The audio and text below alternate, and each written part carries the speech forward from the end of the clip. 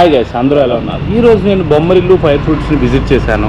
So అక్కడ ఒక తాటి బెల్లంతో కాఫీ టీ ఇక్కడ ప్రిపేర్ చేస్తున్నారు. బేసిక్గా నా ఏలూరులో ఎక్కడా కూడా ఇలాంటిది లేదు. బెల్లంతో కాఫీ టీ చూశాను కానీ తాటి బెల్లంతో నేను చూడటం ఫస్ట్ టైం. సో నాకైతే చాలా హ్యాపీగా అనిపించింది, చాలా యూనిక్గా ఉంది ఏలూరులో.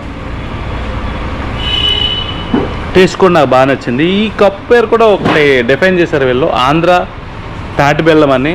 సో చాలా యూనిక్గా, చాలా టేస్టీగా ఉంది. టేస్ట్ అయితే సూపర్ ఉంది.